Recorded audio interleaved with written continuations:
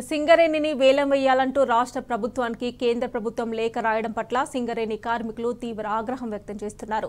గత బీఆర్ఎస్ ప్రభుత్వ హయాంలో బీజేపీ ప్రభుత్వం తీసుకున్న నిర్ణయం పట్ల 3 రోజుల పాటు విధులను బహిష్కరించి నిరసన తెలిపిన కార్మికులు ఇప్పుడు మరో పోరాటానికి సిద్ధమవుతున్నారు.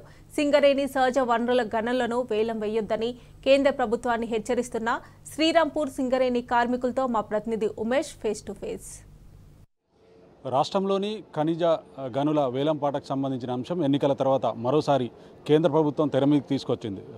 రాష్ట్రంలో ఉన్నటువంటి ఏదైతే ఖనిజ గనులు ఈ నెల 30లోగా 6 గనులకు ఏదైతే వేలంపాట నిర్వహించాలంటూ లేదంటే నేరుగా కేంద్ర ప్రభుత్వమే రంగంలోకి దిగి ఈ వేలంపాటకు సంబంధించిన ప్రక్రియను చేపడుతుందంటే ఘాటుగా తెలంగాణ ప్రభుత్వానికి లేఖ రాయడం పట్ల కూడా సింగరేణి కార్మికులు మండిపడుతున్నాడు. ప్రస్తుతం మనం మంచిర్యాల జిల్లాలోని శ్రీరాంపూర్ సింగరేణి డివిజన్లోని SRP3 గని వద్ద ఉన్నాం. ఇక్కడ తెలంగాణ బొగ్గు గని కార్మిక సంఘం ఆధ్వర్యంలో కార్మికులందరూ కూడా ఏదైతే కేంద్ర ప్రభుత్వం నిర్ణయం పట్ల తమ ఆగ్రహాన్ని వ్యక్తం చేస్తున్నారు. మరోవైపు వాళ్ళ అభిప్రాయాలు ఏంటో నేరుగా వారిని అడిగి తెలుసుకునే ప్రయత్నం చేద్దాం.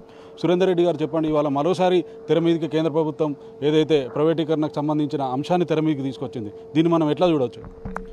ఇంతకితం కూడా ఒకప్పుడు యూపీఏ గవర్నమెంట్లో క్యాప్టివ్ మైన్స్కు మాత్రమే అవకాశం ఇచ్చినప్పుడు ఈ నరేంద్ర మోడీ గవర్నమెంట్ వచ్చిన తర్వాత కమర్షియల్ మైనింగ్ ఎవరైనా తీసుకోవచ్చు అని చెప్పి దేశవ్యాప్తంగా బొగ్గు గనులను వేలం వేయడం మొదలుపెట్టారు.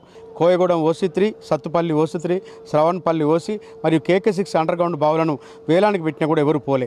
కానీ మూడోసారి తర్వాత తప్పనిసరిగా ఒక్కరున్నా కానీ తీసుకోవాల్సిందే అని కేంద్ర ప్రభుత్వం మొండిగా అనుడుతోని అరబిందో కంపెనీ వాళ్ళు కోయగూడెం OC3 ఇచ్చినా కూడా వాళ్ళు ఇప్పటి వరకు కూడా బొగ్గు బావులను అక్కడ నడపలేకపోతున్నారు. ఎందుకంటే ఇలా అయితే రేపు సింగరేణి అనేది నిర్వీర్యమవుతుంది. కొత్తగా ఉపాధి అవకాశాలు రావడానికి అవకాశం ఉంటుంది. కాబట్టి తప్పనిసరిగా మాకే ఇవ్వాలని చెప్పి తెలంగాణ బొగ్గు కార్మిక సంఘం సింగరేణి కార్మికులందరినీ సమాయత్తం చేస్తుంది.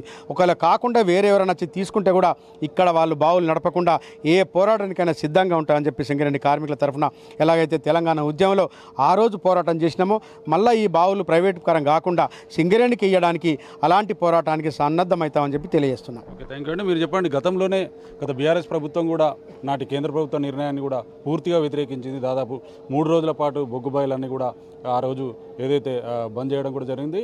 తర్వాత ఏదైతే నిరసన కార్యక్రమాలు కూడా పెద్ద ఎత్తున కూడా చేపట్టడం జరిగింది. దీన్ని ఎట్లా చూడవచ్చు? టీఆర్ఎస్ ప్రభుత్వం ఉన్నప్పుడు సెంట్రల్లో ఉన్న బీజేపీ ప్రభుత్వాన్ని గట్టిగా ప్రతిపక్షంగా ఉండి పోరాడడం వల్లనే వాళ్ళు వెనకంజ వేయడం జరిగింది. 3 సార్లు టెండర్ వేసినా కూడా ఎవరు ఏ కంపెనీ కూడా టెండర్ వేయడానికి ముందుకు రాలేదు. 3వసారి ఒక కంపెనీ మాత్రమే ముందుకు వచ్చింది, అది నడిపే పరిస్థితుల్లో కూడా లేదు. రెండవది ఏంటంటే ఇప్పుడు మనకు తెలంగాణ యొక్క ఆనిముత్యం సింగరేణి ఒక్కటే. ఉద్యమంలో పనిచేసినాం, రాష్ట్రాన్ని సాధించుకున్నాం. ఇలా గౌరవనీయులు కార్మిక శాఖ మంత్రి కిషన్ రెడ్డి గారు సెంట్రల్ గవర్నమెంట్లో ఉన్నాడు కాబట్టి తను ఖచ్చితంగా సపోర్ట్ చేసి తెలంగాణ రాష్ట్రానికి బొగ్గులను నామినేషన్ పద్ధతిలో సింగరేణికి అప్పచెప్పాలని, ఎందుకంటే కోట్ల రూపాయలతో అన్వేషించి బొగ్గులను ఎక్కడెక్కడ ఉన్నాయనేది సింగరేణి తన కంపెనీ యొక్క సంపదతోనే ఖర్చు పెట్టి అన్వేషించారు. కాబట్టి ఈ అన్వేషించింది ఎవరికో ఇస్తే కోట్ల రూపాయల సంస్థకు నష్టం జరుగుతుంది. మరియు ప్రైవేటీకరణ చేయడం వల్ల సింగరేణి ఉద్యోగాలు రాకుండా పోతాయి. ప్రైవేట్ వ్యక్తులను పెట్టుకొని నష్టం జరిగే అవకాశం ఉంది, అవుట్సోర్సింగ్ తీసుకునే అవకాశం ఉంది. కాబట్టి ఇక్కడ లోకల్ కార్మికులకు, ప్రజలకు అందరికీ నష్టం జరిగే అవకాశం ఉంది. కాబట్టి ఖచ్చితంగా నామినేషన్ పద్ధతిలో సింగరేణి బొగ్గు బ్లాకులు అన్నింటినీ సింగరేణికే అప్పచెప్పాలని తెలంగాణ కాంగ్రెస్ ప్రభుత్వాన్ని మరియు బీజేపీ ప్రభుత్వాన్ని కూడా, సెంట్రల్ ప్రభుత్వాన్ని కూడా కోరుకోవడం జరుగుతున్నది. థ్యాంక్ యూ అండి. మొత్తంగా ఇలా ఏదైతే తెలంగాణలో ఖనిజ గనులకు సంబంధించిన వేలంపాటకు సంబంధించిన కేంద్ర ప్రభుత్వ నిర్ణయం పట్ల సింగరేణి కార్మికులు తీవ్రమైన ఆగ్రహం వ్యక్తం చేస్తున్నారు. గతంలో కూడా బీఆర్ఎస్ ప్రభుత్వ హయాంలో కూడా దాదాపు 3 రోజుల పాటు కూడా కార్మికులందరూ కూడా తమ విధులను బహిష్కరించి పెద్ద ఎత్తున కూడా ఈ సమ్మెలో కూడా పాల్గొనడం జరిగింది. వాళ్ళ రాష్ట్ర ప్రభుత్వం కూడా కేంద్ర ప్రభుత్వ నిర్ణయాన్ని వ్యతిరేకించాలంటూ కేంద్ర ప్రభుత్వం తమ నిర్ణయాన్ని వెంటనే వెనక్కి తీసుకోవాలంటూ కార్మికులు డిమాండ్ చేస్తూ ఉన్నారు.